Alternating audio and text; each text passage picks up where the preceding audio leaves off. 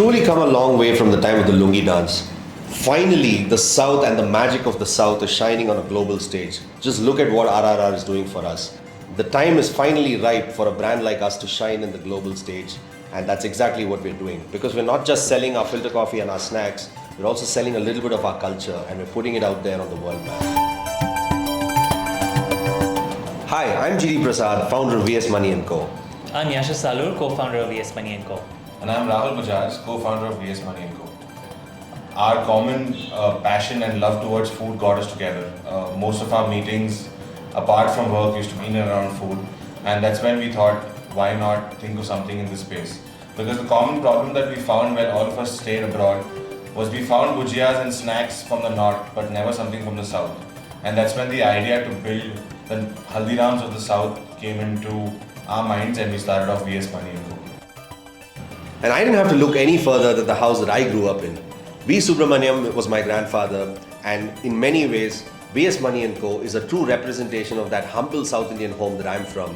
At home, Tata and Paati used to love their filter coffee and our snacks, and we just used to share it with everyone who used to come our way, whether it was our friends or our families. What we're trying to do is actually put that culture on the map, take those recipes and give it out to the world, and make VS Money & Co. a true destination for authentic South Indian. We paid a lot of attention to developing the product and bringing out the right flavor, because in many ways we're representing how it was done at home. And for this, we partnered with specific manufacturers who would support us on this journey. Coffee, for instance, we've taken the exact same blend that we have at home.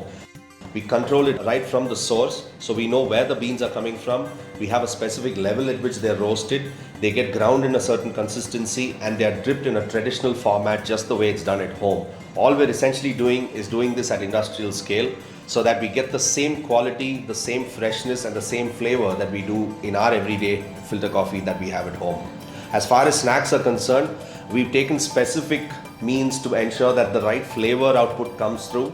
And for this, we've used specific ingredients, and we punch up and down certain flavors. For instance, you will always find a heightened sense of hing in our snacks. There's an extra hit of chili in some of them. There's some garlic in some of them.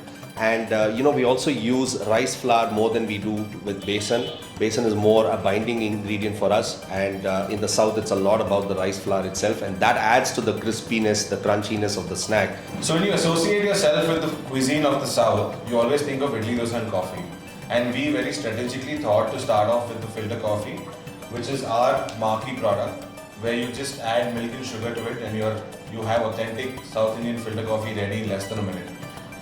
I think we've really achieved the taste and flavor and the authenticity of what comes from our homes, right? We've seen this with our customers. They've always come back and said really good things about the product. We're just really happy that they've come back to us and said that it's truly transported them to their original house, or truly transported them to the south. So when Shark Tank India, the first season, started airing, the three of us could really connect with every entrepreneur that was on the show and understand their journey just like ours.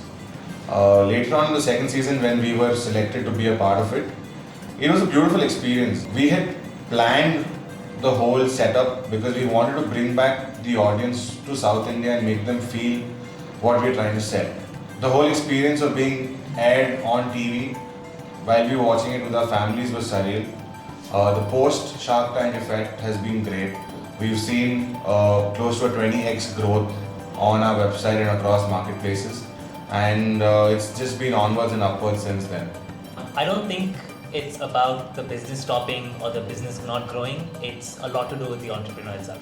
It's when the entrepreneur stops, and it's when the entrepreneur throws in the towel is when the business stops, right?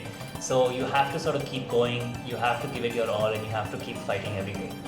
A lot of the time we find people with great ideas, but who are just stuck not knowing when to start and where to start. I think the biggest part about this journey is saying that yes, this is the time and I will take that leap and let me try it for myself, right? Just look at it even from our own journey. In 2020, the idea was to just see if we can put the brand out there and see if it worked. If it didn't, it was a great experience. But if it did, we knew that there was a possibility for us to build a destination brand for authentic South Indian. I think it's about having that conviction and saying, let me give it a shot, which we see missing in a lot of people, right? I think that's the point that you need to come to and say, let me do it. So if you really want to get into it, Don't treat it as a passive income or as a side stream to start off with. Put in your heart and soul and then get into it.